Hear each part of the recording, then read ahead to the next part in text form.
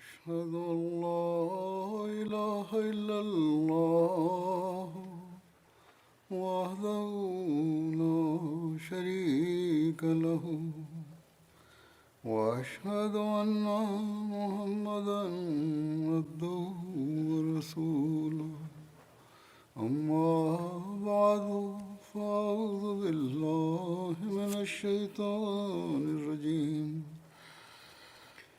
بسم الله الرحمن الرحيم الحمد لله رب العالمين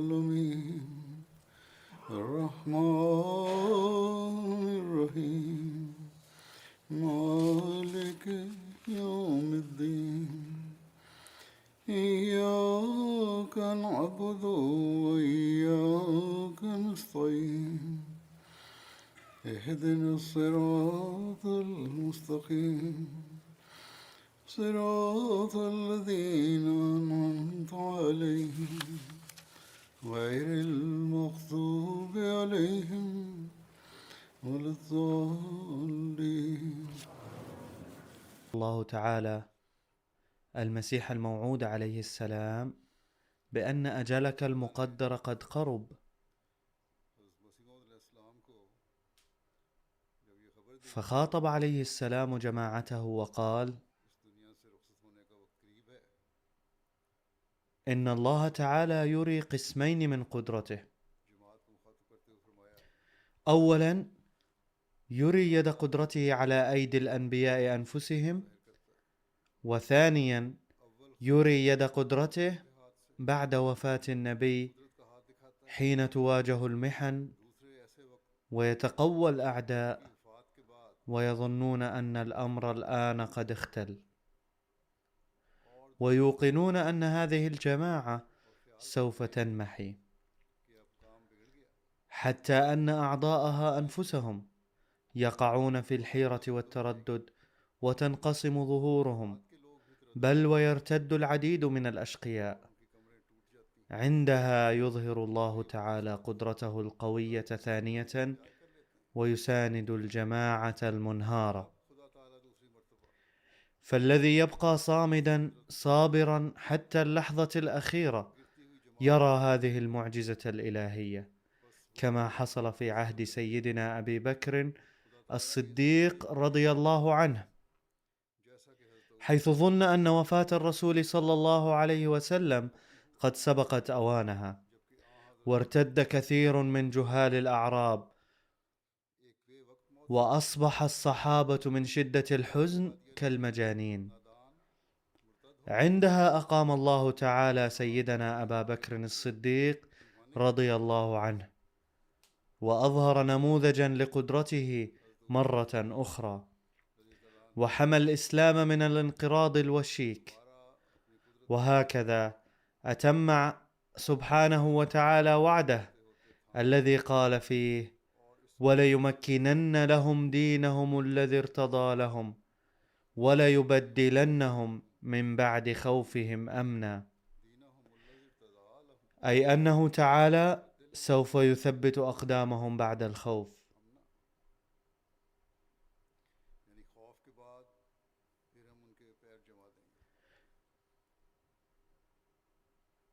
وهذا ما حدث بالضبط في زمن سيدنا موسى عليه السلام، حين اختطفته يد المنون وهو في الطريق ما بين مصر وأرض كنعان، قبل أن يوصل بني إسرائيل إلى غايتهم المنشودة حسب الوعد. فقام بموته مأتم كبير بين بني إسرائيل، وكما ورد في التوراة أن بني إسرائيل ظلوا يبكون وينوحون إلى 40 يوما جراء صدمة موته المفاجئ. فيا أحبائي، ما دامت سنة الله القديمة هي أنه تعالى يري قدرتين لكي يحطم بذلك فرحتين كاذبتين للأعداء، فمن المستحيل أن يغير الله تعالى الآن سنته الأزلية. لذلك فلا تحزنوا لما أخبرتكم به، ولا تكتئبوا، إذ لا بد لكم من أن تروا القدرة الثانية أيضا، وإن مجيئها خير لكم، لأنها دائمة ولن تنقطع إلى يوم القيامة. وإن تلك القدرة الثانية لا يمكن أن تأتيكم ما لم أغادر أنا، ولكن عندما أرحل سوف يرسل الله لكم القدرة الثانية التي سوف تبقى معكم إلى الأبد بحسب وعد الله الذي سجلته في كتابي البراهين الأحمدية. وإن ذلك الوعد لا يتعلق بي، بل يتعلق بكم أنتم، كما يقول الله عز وجل: إني جاعل هذه الجماعة الذين اتبعوك فوق غيرهم إلى يوم القيامة.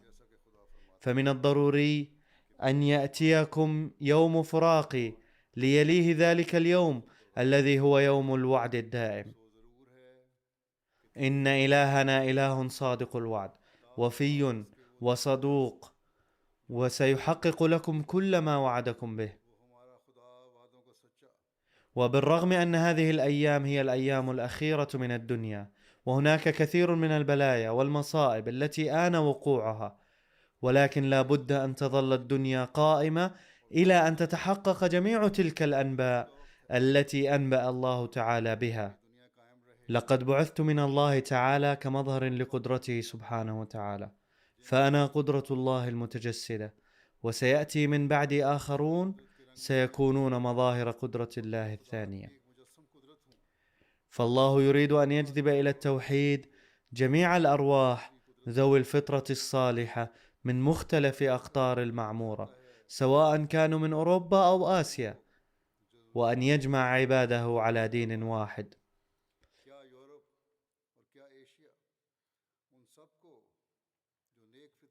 هذه هي غاية الله عز وجل التي أرسلت من أجلها إلى الدنيا. لذلك اجعلوا هذه الغاية نصب أعينكم، ولكن باللطف وحسن الخلق وكثرة الدعاء.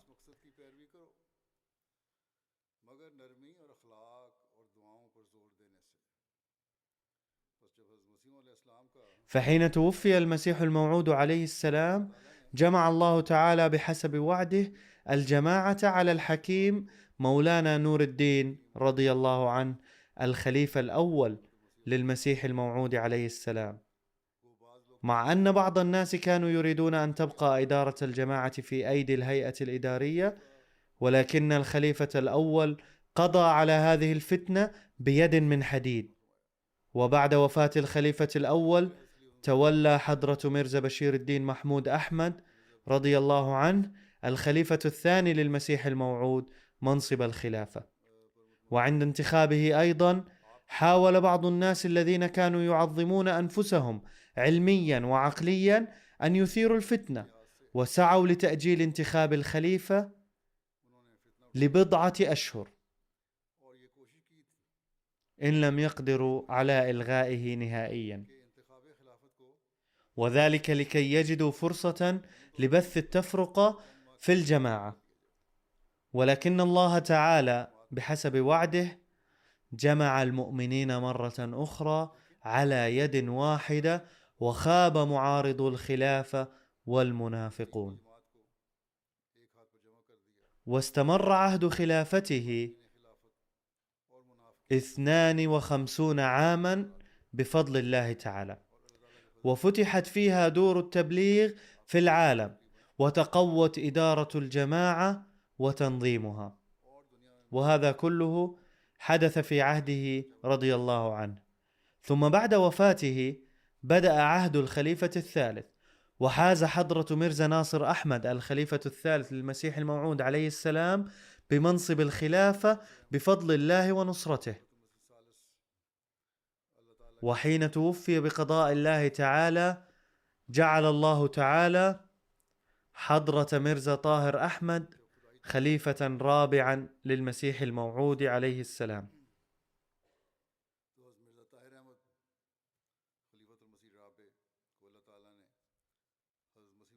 وبعد وفاته ولاني الله تعالى هذا المنصب. وبالرغم من ضعفي وتقصيراتي فإن الله بحسب وعده الذي قطعه مع المسيح الموعود عليه السلام جعل الجماعة تزدهر في عهدي أيضا. في هذه الفترة حاول الأعداء بشتى الطرق إحداث التفرقة في الجماعة والقضاء عليها وترويعها، وقتلوا الأحمديين في بلاد كثيرة وحاولوا إغراءهم بالأشياء المادية، ولكن الله تعالى زاد الأحمديين صلة بالخلافة وإيمانا ويقينا، سواء كانوا من آسيا أو أوروبا وأمريكا أو أفريقيا، فكلهم على صلة وثيقة بالخلافة، وهذا لا يمكن أن يحدث إلا بفضل الله تعالى. ولا يمكن لأي إنسان إقامة مثل هذه الصلة المبنية على الإخلاص والمحبة التي تربط الجماعة بالخليفة والخليفة بالجماعة بهذه القوة. في أي دولة أذهب أرى هذه المشاهد، وهي ليست مجرد أقوال، بل تحفظها الكاميرات في هذه الأيام.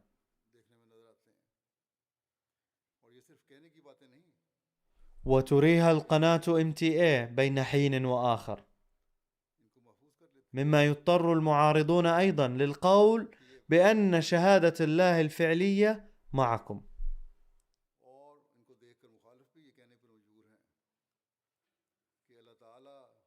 ثم تأتيني آلاف الرسائل كل شهر التي تظهر مدى صلة الإخلاص والوفاء للمراسلين بالجماعة.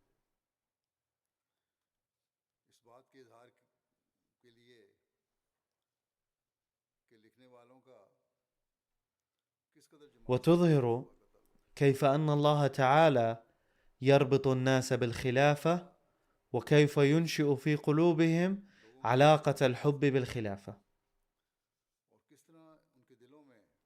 والآن أريد أن أسرد عليكم نماذج بعض الرسائل التي تبين كيف أن الله تعالى يرشد الناس إلى صدق المسيح الموعود عليه السلام، وكذلك يلقي في قلوبهم أن نظام الخلافة الجاري بعد وفاة المسيح الموعود عليه السلام يحظى بتأييد الله الخاص.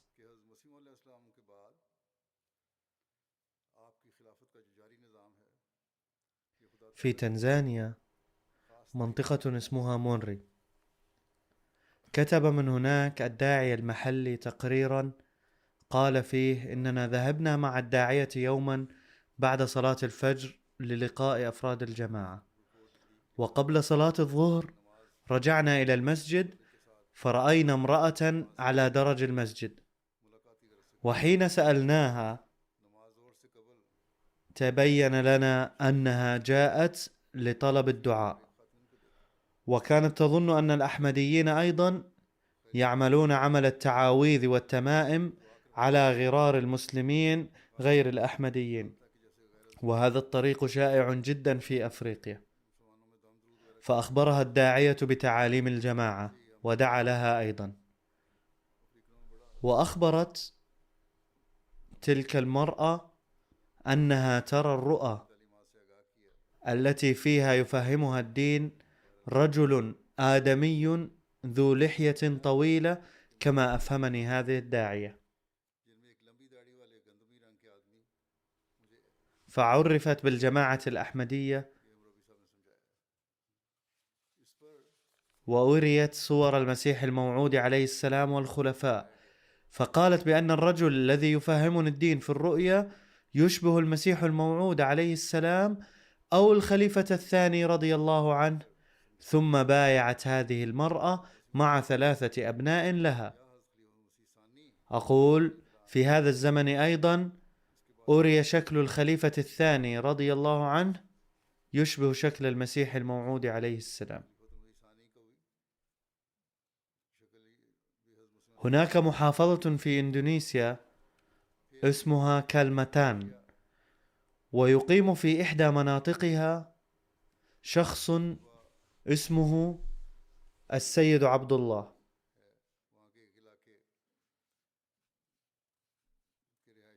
وقد بايع مع زوجته وأولاده، وكان على صلة بالجماعة منذ 2019، وكان شديد التأثر من كلام الداعية، لذا كان يرتاد مسجد الجماعة، لأنه كان يرى أن هذا الداعية يختلف عن المشايخ. وبسبب اقترابه من داعية الجماعة بدأ شيخ تلك المنطقة وأهل حارته يتهمونه ومنعوه من دخول مسجدهم، فقال: رأيت في الرؤيا أنه وقع في ورطة تكاد تغرقه، ولكن جاء لإنقاذه رجل صالح لابسا معطفا وحاملا عصا في يده، فأراه الداعية صورة المسيح الموعود عليه السلام التي كان ممسكا فيها عصا، فقال هذا الرجل وعليه رعشة من فرط العواطف: هذا هو ذلك الصالح الذي أنقذني من الورطة بعصاه. كذلك كان ابنه أيضا رأى في الرؤيا، لم يرى الأب فقط بل رأى الابن أيضا رؤيا، رأى عدة أشخاص كانوا لابسين معاطف، فأراه الداعية صور الخلفاء والمسيح الموعود عليه السلام، فقال الابن مستغربا: كان الأشخاص الذين رآهم في الرؤيا هم الخليفة الثالث والرابع والخامس، هؤلاء جميعا رأيتهم في الرؤيا. وبجمع هؤلاء جميعا في الرؤيا أثبت الله تعالى أن نظام الخلافة الراشدة الذي أقامه بعد المسيح الموعود عليه السلام هو بهذا التسلسل نفسه. باختصار، لقد بايعت الأسرة كلها بعد هذه الرؤى. إذا كان المرء صادقا في حرقته هداه الله تعالى إلى الحق. ثم في محافظة بارو بإندونيسيا هناك مكان اسمه بارو، كتب الداعية المسؤول أننا ذات مرة كنا نصلي صلاة الفجر في المسجد، إذ جاء شخص ليدخل الجماعة، قال بأنه قد أتى من مكان آخر إلى هنا لكي يلتقي بأقارب زوجته، وأثناء حديثه تحدث عن حياته الماضية التي كانت مليئة بالمشاكل، فقال ذات مرة: رأيت رؤيا في أيام مشاكلي أنني التقيت برجل صالح مع عمامة بيضاء ولحية، وقال له هذا الصالح في الرؤيا: عليك أن تضع صدقة في صندوق يوميا عند صلاة الفجر لمدة 40 يوما فسوف تزول مشاكلك. ففعل كما قيل له في الرؤيا. قال: بعد 20 يوم بدأت المشاكل تزول، وتيسرت له أنواع من الوظائف والتسهيلات. وقال: قبل حوالي 3 أشهر جاءه في الرؤيا ذلك الشخص ذو الثياب البيضاء واللحية البيضاء، وأخذه إلى جبل لجلب الثمار، وقال له: يجب أن لا تقص هذه الرؤيا إلا على الذين يتصفون بمواصفات التقوى. ثم إن الداعية أراه صور خلفاء المسيح الموعود عليه السلام، فأشار في حيرة شديدة إلى صورة الخليفة الرابع رحمه الله تعالى، وقال: لقد رأيت هذا الرجل من قبل. ثم بايع هذا الأخ وانضم إلى الجماعة الأحمدية. ثم هناك سيدة من مالي كتب الداعية عنها. اسم هذه السيدة هو سراجي، وهي مخلصة جدا، وعندما تسمع عن أي برنامج نرتبه لنشر الدعوة في بعض القرى المجاورة تقول لأبنائها: خذوني إلى ذلك المكان على الدراجة الهوائية. قالت هذه السيدة: قبل انضمامي إلى الأحمدية كنت أسمع صوتين، عرفت فيما بعد أن أحدهما صوت الخليفة الحالي وهو يقرأ الشهادة والفاتحة في خطبة الجمعة، والصوت الثاني هو صوت داعيتنا السيد عمر معاذ وهو يقوم بالدعوة. وكنت أتساءل في قلق: لمن هذه الأصوات التي أسمعها في المنام؟ ولما بدأ الآن برنامج الجماعة يذاع على الإذاعة، سمعت تلاوة الخليفة في خطبة الجمعة، كما شاهدت برامج أخرى للدعوة، فقلت هذه هي الأصوات التي كنت أسمعها في المنام، وهذا ما حدا بهذه السيدة إلى الانضمام إلى الجماعة الأحمدية. وهناك تقرير من بلد آخر اسمه الكاميرون، ورد فيه قصة انضمام الشاب عبد الرحمن بلة إلى الأحمدية، حيث قال: قبل بضعة أعوام رأيت في الرؤيا رجلين صالحين، وسألني أحدهما: ماذا تعمل؟ قلت: أنقل على دراجة نارية الركاب من مكان إلى آخر في المدينة مقابل الأجرة، وهكذا أكسب قوت يومي. فقال لي الرجل الآخر: اترك الدراجة وتعال هنا وصل بنا. فصليت بهما، ثم انتبهت من النوم. وبعد أيام رأيت في السوق شابا يوزع المناشير، وكانت مناشير الجماعة الأحمدية. وبعد وصولي إلى البيت تأملت في المنشور وقرأته بتدبر، فرأيت فيه صورة رجل صالح، وكانت صورة المسيح الموعود عليه الصلاة والسلام التي كنت رأيتها في الرؤيا. ثم حاولت الاتصال بالجماعة الأحمدية، وازددت اتصالا بمعلم الجماعة، ثم حصلت على المزيد من الكتب، فوجدت فيها صورة الرجل الصالح الثاني الذي كنت رأيته في الرؤيا، وكانت صورة الخليفة الحالي.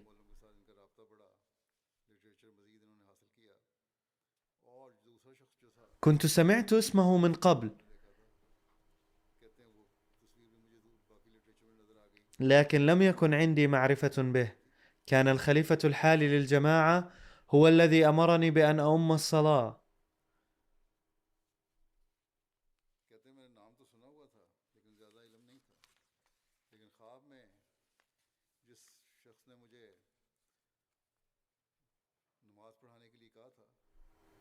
وكان من بركة دعوته لي بأن أؤم الصلاة أن مات عمدة قريتنا في العام الماضي ولم يكن له أولاد، فاختاروني عمدة القرية طبقا لوصيته، وهكذا أكرمني الله تعالى.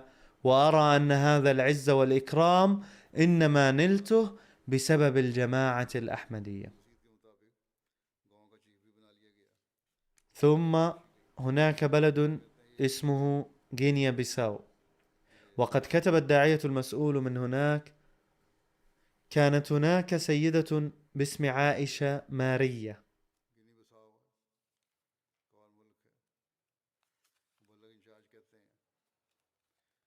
وانضم 2 من أبنائها إلى الأحمدية.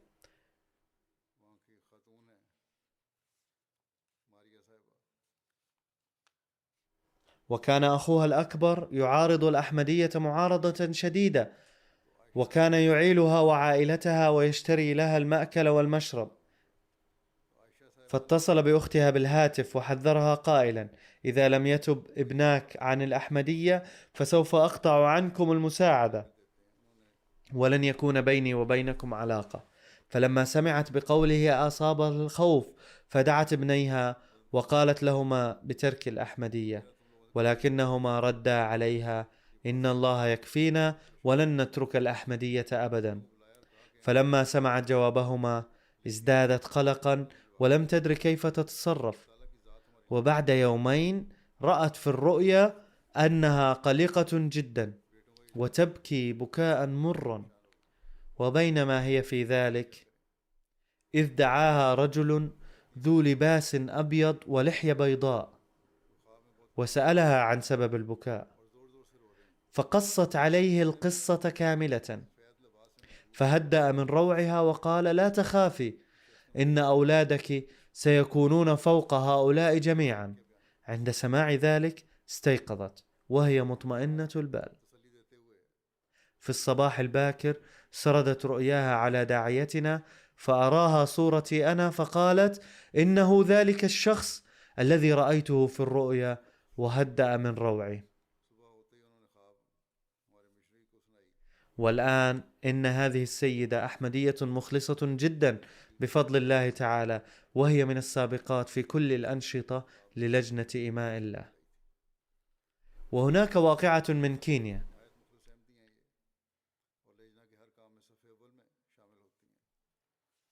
هناك فرع لجماعتنا في مدينة اسمها باتي في محافظة نكورو.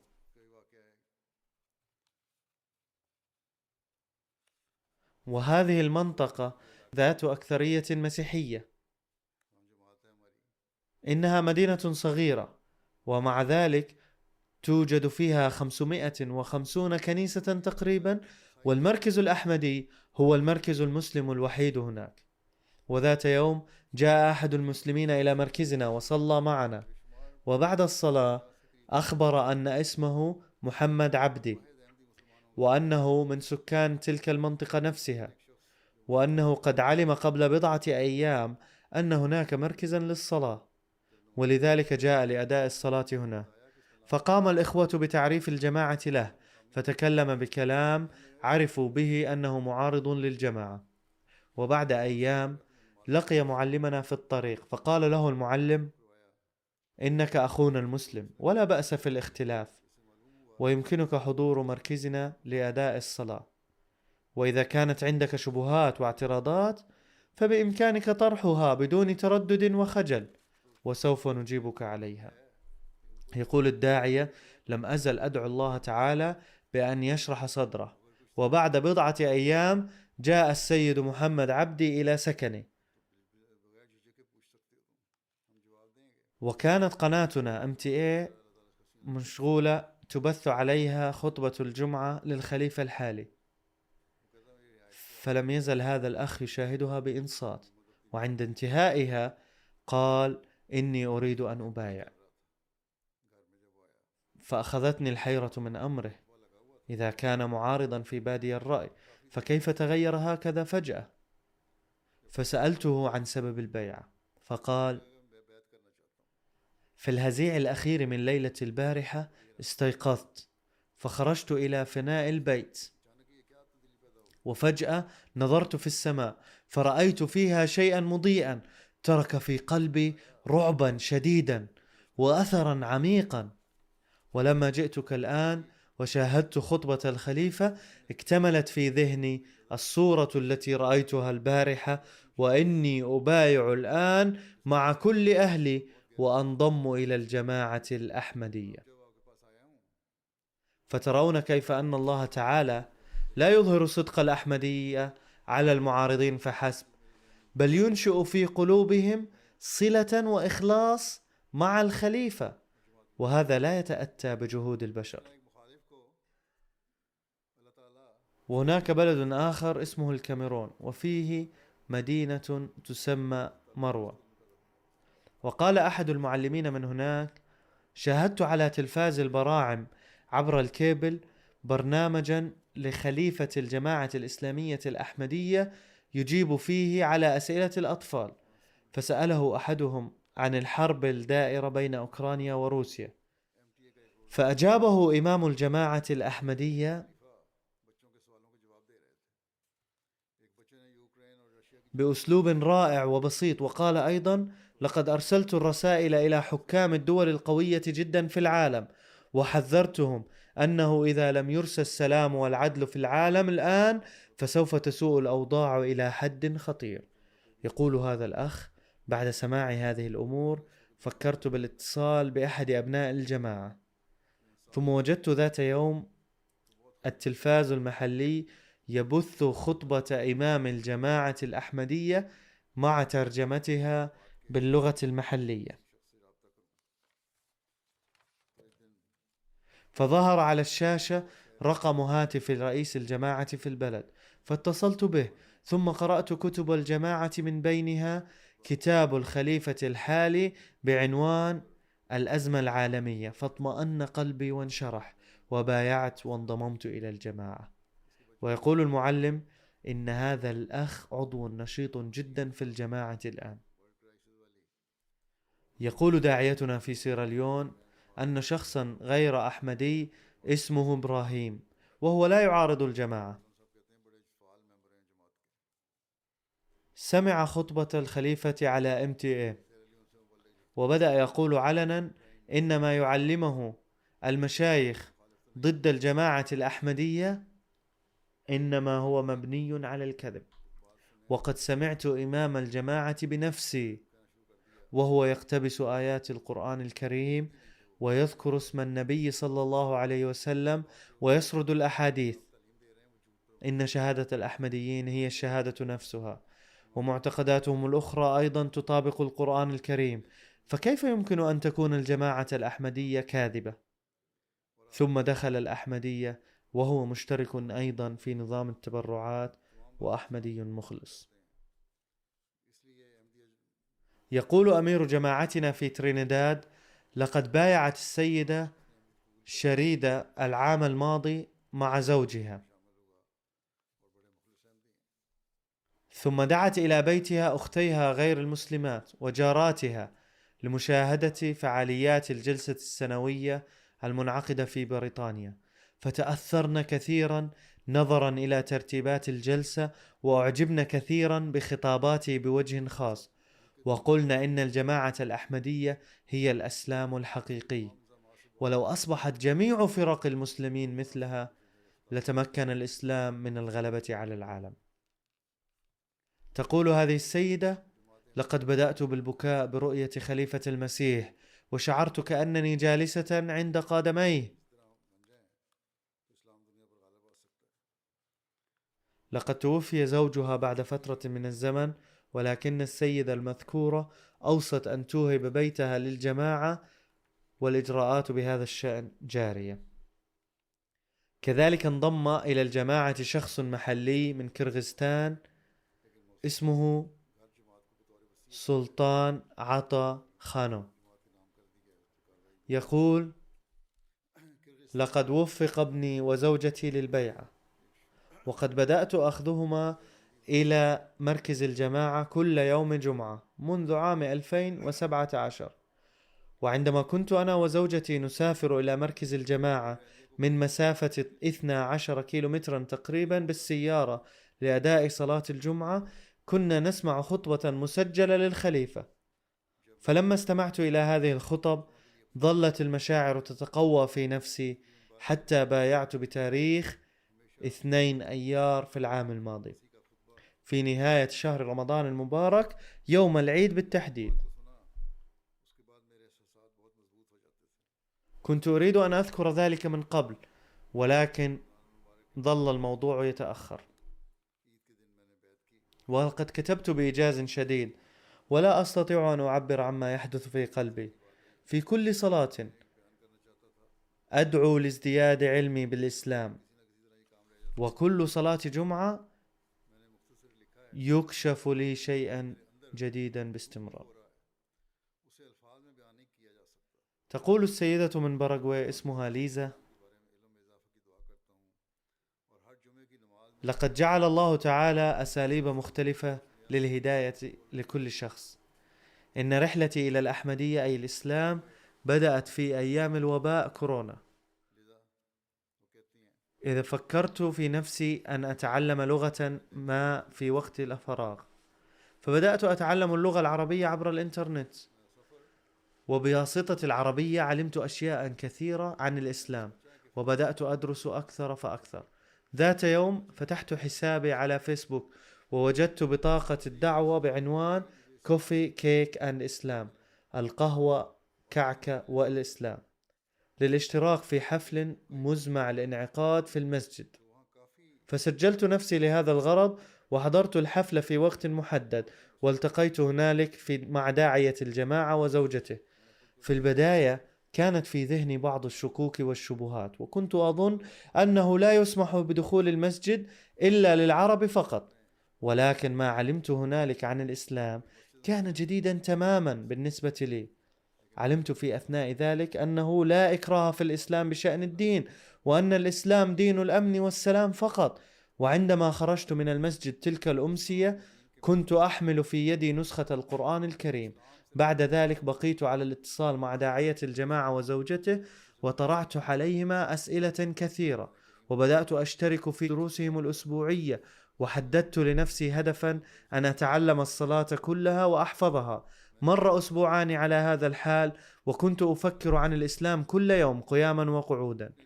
ذات يوم جاء زوجي إلى المسجد ليأخذني إلى البيت، وأخبرته في الطريق أنني تعلمت اليوم كذا وكذا، فقال لي: لماذا لا تسلمين إذن؟ سمعت ذلك ولزمت الصمت، وغرورقت عيناي دموعا، لأني ما كنت أريد حينها شيئا إلا أن أسلم.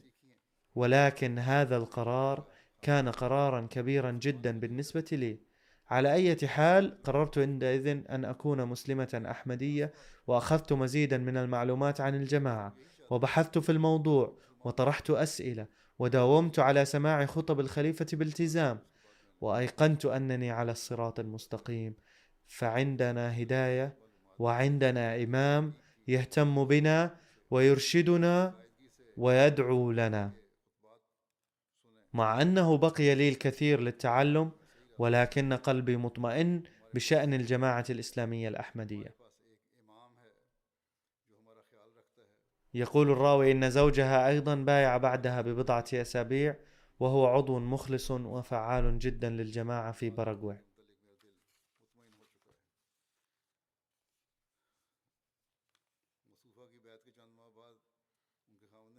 هناك قرية أو بلدة صغيرة قرب مدينة ماكاو في كونغو كينشاسا،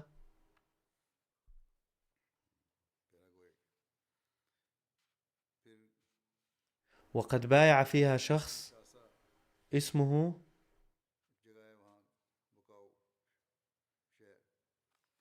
أحمد بوتاتو مع 8 أفراد من عائلته، ثم بدأ بتبليغ الدعوة، وبايع نتيجة تبليغه 62 شخصا وانضموا إلى الجماعة. ويقول هذا الأخ المذكور آنفا إن أكبر سبب لدخول الأحمدية كان وجود خليفة الوقت ونظام الخلافة. يقول أمير الجماعة في كونغو كينشاسا: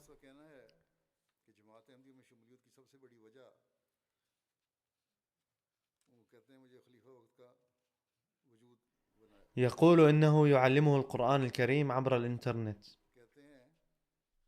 يقول إن هذا الأخ كان مسلما سنيا قبل انضمامه إلى الأحمدية، ولكنه كان يسأل نفسه في تلك السنين: لماذا ينشر أهل السنة الكراهية والنفور؟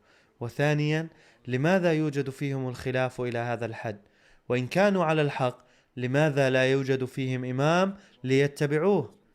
في هذا الشد والجذب كله ارتبطت بخطب الخليفة عبر MTA، وقال صوت من داخلي: إن الميرزا غلام أحمد عليه السلام صادق. ولكن قال صوت آخر: لماذا يكفر المسلمون كلهم الأحمديين؟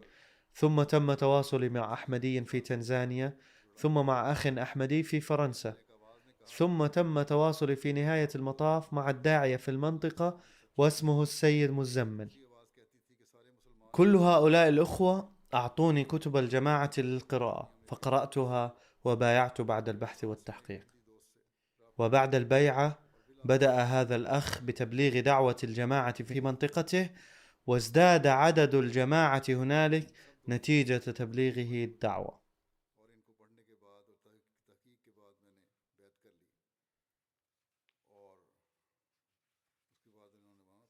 يقول أمير الجماعة في كونغو كينشاسا: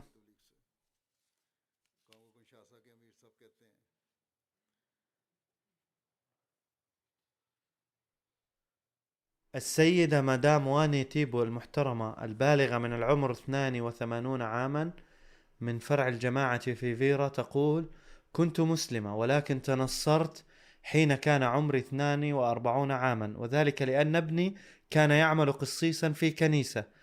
وذات يوم اتصلت بمركز الجماعة فور سماع ترجمة فرنسية لخطبة الخليفة عبر الإذاعة، وقلت: أريد أن أبايع إمام الزمان. وقلت لابني: عندما أموت فلتصلي علي الجماعة الأحمدية صلاة الجنازة. يقول الداعية المسؤول في كاميرون: أحد الإخوة من جماعة مروة اسمه السيد عمر زبير حضر جلسة كاميرون في عام 2022، وقد سرد لداعية الجماعة المحلي تفاصيل انضمامه إلى الجماعة الأحمدية.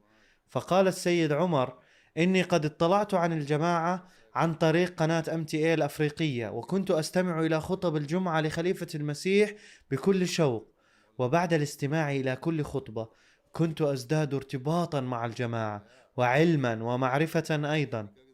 في خطبة أول جمعة من نوفمبر 2021 تناول خليفة المسيح بيان وقائع تضحيات الأحمديين في صندوق التحريك الجديد، فبعد الاستماع إليها كشف الله علي أن هذه الجماعة التي تقدم هذه التضحيات من أجل الله من المؤكد أنها من الله، واطمأن بهذا الأمر قلبي وانشرح صدري، وانضممت إلى الجماعة مبايعا، والآن أنا مطمئن جدا وسعيد.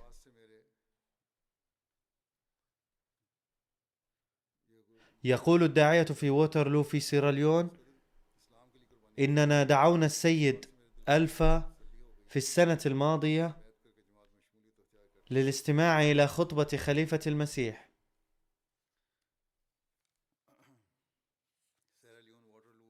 فجاء مع عائلته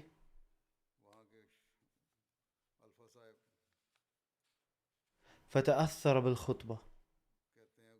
جميع أفراد العائلة البالغ عددهم 8 أشخاص وانضموا كلهم إلى الجماعة مبايعين، وهو الآن بعد البيعة يشارك بفضل الله في أنشطة الجماعة بكل إخلاص، وخلال أعمال ترميم المسجد تطوع في شتى الأعمال، وهو يصوم نفلا أيضا، وفي رمضان دبر مأدبة الأفطار أيضا. يقول أمير الجماعة في بنغلاديش: إن سكرتير التبليغ هنا يملك مطبعة ويعمل فيها شاب اسمه بلال، فلما تعرف بلال إلى الجماعة بدأ يرتاد مسجدنا المركزي، حيث تسنى له الاستماع إلى خطب الخليفة، فبايع بعد مدة قصيرة، لكن زوجته لم تبايع، وكان قد مضى على زواجه 7 سنوات ولم ينجب، فقال لزوجته: يجب أن نطلب من خليفة المسيح الدعاء أن يرزقنا الله الذرية، لأننا سمعنا عن ذلك فلنجرب نحن أيضا. فلما اقتنعت بذلك طلبوا مني الدعاء. ثم حملت زوجته بعد 4 أشهر، فقالت: لقد من الله عز وجل علينا بهذا الحمل ببركة دعاء خليفة المسيح، فبايعت هي الأخرى. يقول أمير الجماعة في بلجيكا: إن مغربيا مقيما في بلجيكا بايع بعد بحث طويل في الأحمدية،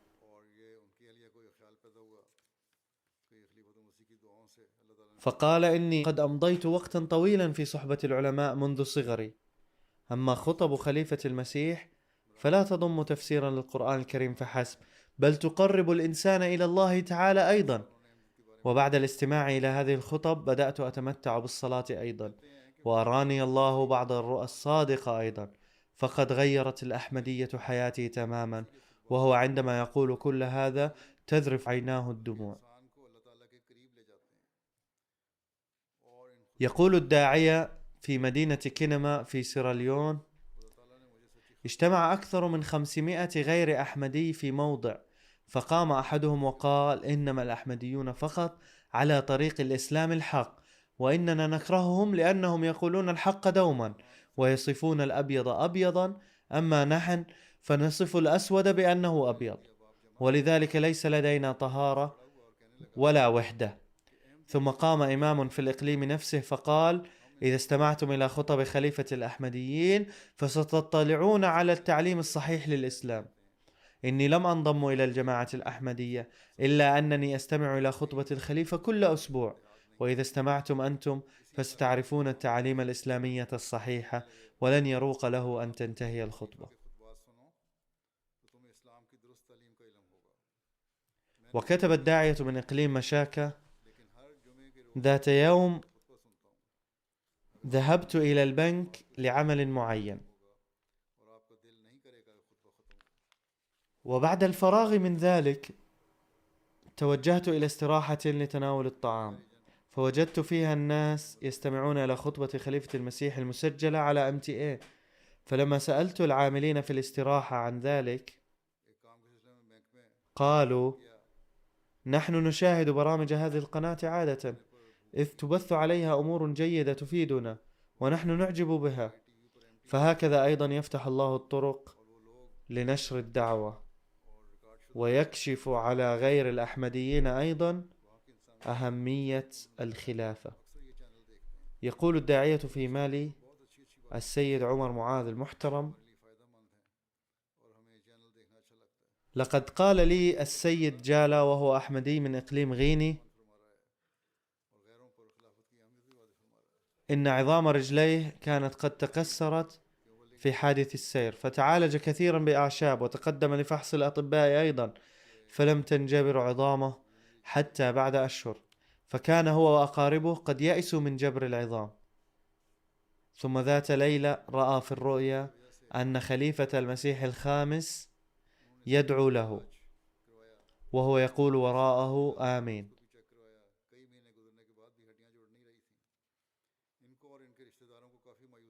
ثم قال: فلما استيقظت قلت آمين، ومسحت بيدي رجلي، فأكرمني الله تعالى فزال اليأس وبدأت العظام تنجبر رويدا رويدا، والآن أنا بفضل الله صحيح تماما، ولا أحد يستطيع أن يقول بعد النظر إلي إن عظامي كانت مكسورة يوما. فهكذا أيضا يقوي الله سبحانه وتعالى علاقة الأحمديين بالخلافة. كيف يتأثر الأغيار؟ يقول عن ذلك أمير الجماعة في كونغو كينشاسا: بالإضافة إلى إذاعة الجماعة تنشر على 23 محطة الإذاعة على FM كونغو في كونغو، يعني تنشر برامج تبليغية وتربوية أسبوعيا على 23 محطة إذاعة. وخطبة خليفة المسيح أيضا تنشر بانتظام أو تذاع بانتظام، كما تبث خطبة الجمعة حية على قناتين تلفزيونيتين محليتين في إقليم بندونو، وتصلنا تعليقات جيدة عليها. فقد قابلني في الطريق مصادفة طبيب مسيحي محلي فقال لي إنني أستمع إلى خطبة إمامكم وهو يلقيها بأسلوب مؤثر جدا، وأرجو منكم أن تترجموها إلى اللغة المحلية لكي يستفيد منها أكبر عدد ممكن. وهكذا أيضا يهيئ الله الوسائل لتبليغ رسالة الأحمدية الإسلام الصحيح، حيث يلفت غير المسلمين انتباهنا إلى إيصال نداء خليفة المسيح إلى الناس.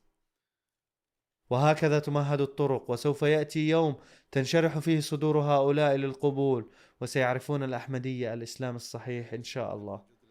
إن وعد الله سبحانه وتعالى مع المسيح الموعود عليه السلام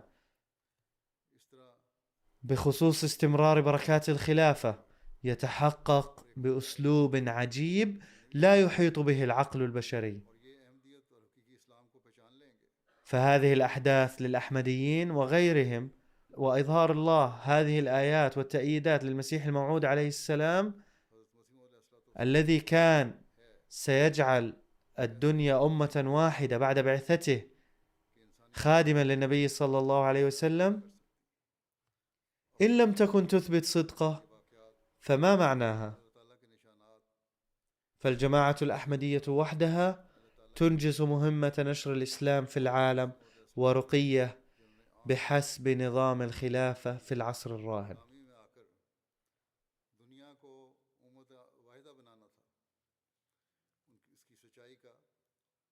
فإن لم تشكل هذه الترقيات التي نشاهدها رغم الأوضاع غير المواتية إثبات شهادة الله الفعلية، فبما نسميها؟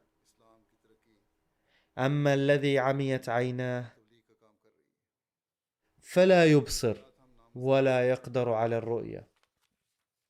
إن الجماعة الأحمدية ستدوم بحسب وعد الله تعالى مع الجماعة الأحمدية، وفي ضوء نبوءة النبي صلى الله عليه وسلم بأن الخلافة التي ستبدأ من المسيح الموعود على منهاج النبوة ستستمر إلى يوم القيامة،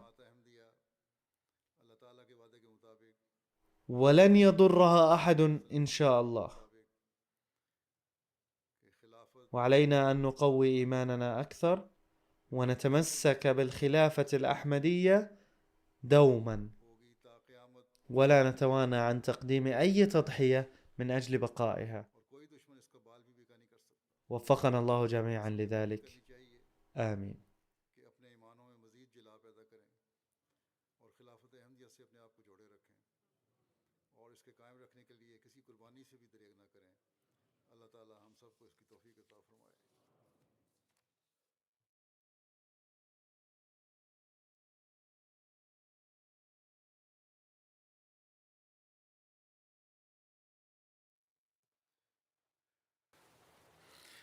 الحمد لله الحمد لله نحمده ونستعينه ونستغفره ونؤمن به ونتوكل عليه ونعوذ بالله من شرور أنفسنا ومن سيئات أعمالنا. من يهده الله فلا مضل له ومن يضلل فلا هادي له. ونشهد أن لا إله إلا الله ونشهد أن محمدا عبده ورسوله.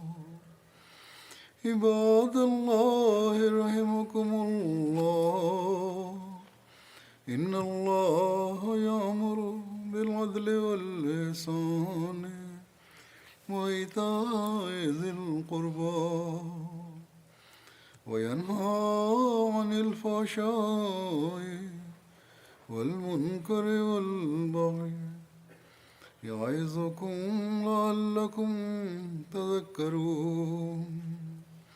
اذكروا الله يذكركم وادعوه يستجب لكم ولذكر الله أكبر.